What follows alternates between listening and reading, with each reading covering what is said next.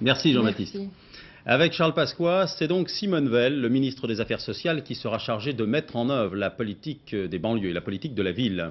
Simone Veil a répété à la sortie du Conseil qu'il n'était pas question de revenir sur les allocations familiales allouées aux familles d'enfants délinquants.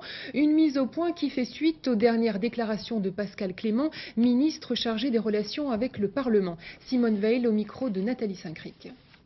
Je crois qu'il y a eu une confusion dans les propositions qui ont pu être faites ou les décisions.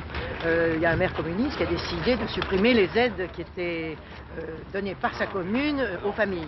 On peut s'en étonner sur le fond, parce que de priver de soutien pour les cantines scolaires certains enfants, ou même les frères ou sœurs d'enfants délinquants, c'est tout de même une mesure tout à fait inhumaine et injuste. Mais enfin, ça, c'est une décision concernant des crédits locaux. Mais en ce qui concerne les allocations familiales, il n'en est pas question. Le Premier ministre a été très clair et on ne peut pas du tout envisager, par des mesures qui seraient plus ou moins arbitraires, de supprimer des allocations familiales et de pénaliser l'ensemble d'une famille parce qu'il y a un enfant délinquant. En tout état de cause, ça ne pourra jamais être la philosophie gouvernementale.